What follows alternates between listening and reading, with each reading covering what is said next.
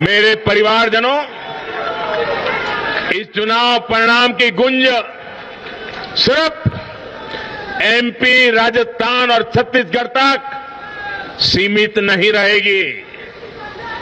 इन परिणामों की गुंज दूर तक जाएगी।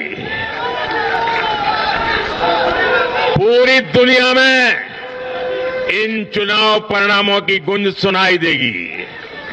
जो बीजेपी है, Bharatiya Janata party, prime minister Modi की, वो बड़ी लैंडस्लाइड विक्ट्री के साथ जो है वो जीत गई है। जो मोदी का जलवा है वो मजीद बढ़ चुका है। अब प्राइम मिनिस्टर मोदी साहब कहाँ पे पहुंचेंगे? वो तो मतलब उनका जो मोराल है वो उठे होना है, तो उन्होंने कहना है कि पाए कर लो जो करना है, आ जाओ। अच्छा, दिलचस्प बात ये है कि वो नेक्स्ट टर्म में आएंगे। इस पे सिर्फ इंडिया में ही नहीं बात चल रही, पाकिस्तान में तो बाकायदा ये वाली बात, राजस्थान में भी सरकार जा रही है, छत्तीसगढ़ में भी जा रही है, तेलंगाना में जा रही, सॉरी उल्टा बोल दिया। छत्तीसगढ़ में हमारी सरकार है, आ रही है। भारत की एक तरक्की का सीक्रेट भी यही है कि मोदी साहब जैसा उनको एक लीडर जो नेशनलिस्ट है, उन्होंने उनको लीड किया और आगे भी मजीद लीड कर रहे हैं। इकॉनमी 5वें नंबर पर है उनकी। मुझे अभी तक उनके अल्फाज याद है कि मैं गारंटी करता हूं कि वो will touch the number 3। Modi तो आ रहा है, मोदी आ रहा है। आगे क्या कहा उन्होंने, उनको कैसे पता? ये देखे ना, कैलकुलेशंस है ना, सारा पता, मतलब सामने है ना इंडिया इस वक्त कहां पर खड़ा है और कहां पर उन्होंने पहुंचा दिया कि भाई लोग कह रहे हैं कि पाना हो की रहा है, कितने पहुंच गया इंडिया है, तो सुपर पावर अगली बनने लग गया है। जनता डेवलपमेंट चाहती है, जनता काम चाहती है, जनता देख रही है एक अकेला सब पे भारी और एक अकेला व्यक्ति है जो काम किए जा रहा है, किए जा रहा है, किए जा रहा है। इलेक्शन हो रहा है तो भी काम कर रहा है, इलेक्शन नहीं है तो भी काम कर रहा है। पूरी दुनिया सो रही है पर वो जा। इसमें मोदी साहब की एक वेरी सक्सेसफुल कैंपेन, उनके कामयाब इंटरनेशनल दौरे, उनकी इकॉनमी, ग्लोबल साउथ को लीड करना, चंद्रयान, उसके बाद आदित्य-1, और उसके बाद तेजास पे जो आखिरी उन्होंने कैंपेन की है, तेजास में जाके जो फ्लाइट उनकी थी, मैं समझता हूं कि उसने, और फिर उन्होंने रियासतों में जहां जहां इलेक्शन थे उनमें खुद जाके उन्होंने दौरे किए हैं। और जिस तरीके से उन्होंने COP 28 के अंदर इंडिया को रिप्रेजेंट किया है, फ्रंट लाइन पे खड़े थे। एक साइड पर होस्ट थे, कतरी थे किंग, और दूसरी साइड पे जॉर्डेनियन किंग खड़े थे। और मैं समझता हूं कि Bharat is rising as a regional state. बल्कि अब तो मैंने जिस तरह बताया, रीजनल से आगे निकलकर, जब पिछली दफा टोनी बिल्कन भारत गए थे तो डॉक्टर जयशंकर ने उस प्रेस कॉन्फ्रेंस में कहा था, जो कि लगता अजीब सा था उस वक्त, उन्होंने उसमें कहा था कि America is not the only super power any मोर।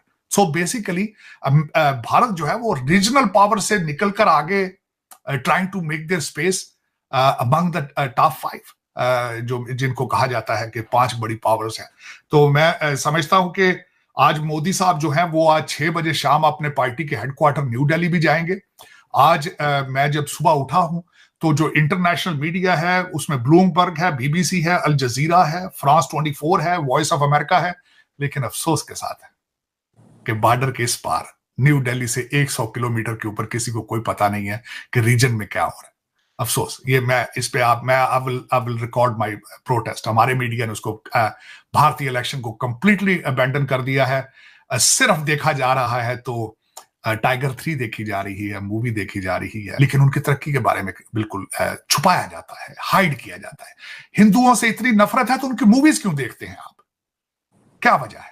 लेकिन ये मैं इस इलेक्शन को प्री टेस्ट कहूंगा, जिस तरह आपने खुद फरमाया है, ये प्री टेस्ट था भारत के अंदर। ये basically this was a check on Modi's performance, कि उन्होंने भारत के अंदर किस तरह वो परफॉर्म कर रहे हैं, उनकी रजीम किस तरह चल रही है।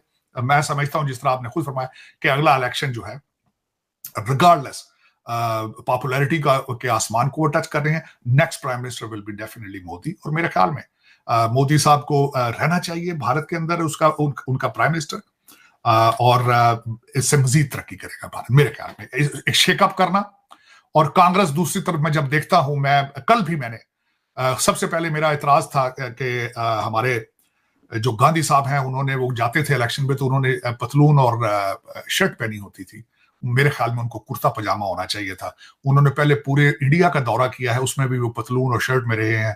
पता नहीं, शायद अपने इटालियन हेरिटेज को वो ज्यादा मेरा ख्याल पसंद करते हैं, क्या वजह है। लेकिन कांग्रेस जो है is nowhere to provide a leadership. Personality एक बहुत बड़ी चीज होती है। एक डिटर्मिनेशन, एक आपकी decision making, risk taking, many चीजें होती हैं, टीम बिल्डर, वो मैं दूसरी साइड पे कांग्रेस जो है दे आर बिहाइंड। इसमें अगर देखा जाए तो एक ये भी है, मैं मोदी साहब की जीत को एक उसका एंगल ये भी बताना चाहूंगा कि एक तो मोदी साहब की परफॉर्मेंस है और दूसरा बड़े खुशकिस्मत है कि अपोजिशन बड़ी कमजोर है। जो मोदी का जलवा है वो मजीद बढ़ चुका है। अब प्राइम मिनिस्टर मोदी साहब कहाँ पे पहुंचेंगे? वो तो मतलब उनका जो मोराल है वो उत्थे होना है, तो उन्होंने कहना है कि पाए कर लो जो करना है, आ जाओ। अच्छा, दिलचस्प बात ये है कि वो नेक्स्ट टर्म में आएंगे। इस पे सिर्फ इंडिया में ही नहीं ये बात चल रही, पाकिस्तान में तो बकायदा ये वाली बात मैंने आपको बताया था। अभी क्या हुआ कुछ दिन पहले, जो हमारे फॉर्मर डिप्लोमेट्स अब्दुल बासित साहब जो हैं वो और जमीर अकरम साहब बैठ के जब उन्होंने गुफ्तगू फरमाई तो उन्होंने कहा कि जनाब ये जो है मोदी तो आ रहा है, मोदी आ रहा है आगे। क्या कहा उन्होंने? उनको कैसे पता? ये देखे ना, कैलकुलेशंस है ना, सारा पता, मतलब सामने है ना इंडिया इस वक्त कहाँ पर खड़ा है और कहाँ पर उन्होंने पहुंचा दिया कि भाई लोग कह रहे हैं कि पाना हो की रहा है, कितने पहुंच गया इंडिया है तो सुपर पावर अगली बनने लग गया है, मतलब वगैरह वगैरह। तो वो कह रहे हैं कि आ रहा है, बल्कि ये खौफ भी पाया जाता है पाकिस्तान के अंदर, ये खौफ पाया जाता है कि नरेंद्र मोदी साहब जो है वो अगर क्या आए खड़े, अब जीत गए 3 स्टेट्स, वो इसमें भी जीत गए असेंबली इलेक्शन में, तो वो कह रहे हैं कि बड़ा खौफ पाया जाता है कि ये तो पता नहीं क्या होगा। मतलब ये कि कहीं कोई जंग ना कर दें, वो खुश होके जो है, पता चले बीजेपी वाले कहीं ऐलान कर दें कि पाकिस्तान पे जंग कर दें। ऐसे मैं आपको एक बात बताऊं, ये सारी बातें, ऐसा कुछ नहीं हो सकता, कुछ नहीं होना ऐसा। इसकी वजह ये है कि देखिए, वो अगर ये जीत रहे हैं इलेक्शन तो वो किस लिए जीत रहे हैं? उनके कुछ टारगेट्स हैं जो उन्होंने रखे हुए, ये टारगेट्स उन्होंने पूरे करने, और वो टारगेट्स है उन्होंने जो है वो third largest, one of the third 3 largest economies, यानी वो पहली भी हो सकती है, वो उन्होंने बनाने के ख्वाब देखे। वो ख्वाब, उन्होंने जो ड्रीम है उनको पूरा करना है। वो कहाँ इस पे कि जनाब हम जंग करें वो करें, लेकिन बहरहाल पाकिस्तान में खौफ पाया जाता है कि मोदी आ रहा है, वो कहते हैं ना गब्बर सिंह आ रहा है, मोदी आ रहा है, तो भागो छुप जाओ, मोदी आ रहा है। मोदी आ चुका है, 3 स्टेट्स में वो जीत गया। और अब मुझे लगता है कि सबसे पहला प्राइम मिनिस्टर नरेंद्र मोदी को मुबारकबाद देने वाली इटली की प्राइम मिनिस्टर मेलोनी होंगी। कितना मजा है, पहली मुबारकबाद जो है वो इटली से आए और वो कहें जनाबे आला मुबारक हो आपको, देखें मेरा साया कितना जो है ना, वो मेरा साया जहां जहां होगा, तो कितना बाबरकत साबित हुआ है कि देखें आप इलेक्शन जीत गए। दोस्तों, पाकिस्तान मीडिया भी सरो रहा है कि 2024 में भी मोदी आने वाला है। 5 राज्यों में हुए चुनाव से उन्हें पहले ही अनुमान लगा लिया कि अब फिर मोदी आएगा। पाकिस्तान के साथ उनके संबंध अच्छे नहीं हो सकते। मान लिया है कि मोदी ही आएगा। अगर मोदी आया तो भारत और पाकिस्तान के बीच कभी भी दोस्ती नहीं हो सकती। वो चाहते हैं कि केंद्र में मोदी सरकार की बजाय कांग्रेस सरकार आए, जिससे वो पाकिस्तान के साथ दोस्ती बढ़ाए और पाकिस्तानियों से प्यार करें। पाकिस्तान के पढ़े लिखे हुए लोग और वहाँ की पब्लिक गवर्नमेंट चाहती है कि 2024 में कांग्रेस सरकार आए, लेकिन ऐसा नहीं हो रहा। उन्हें पहले ही रोना धोना शुरू कर दिया है।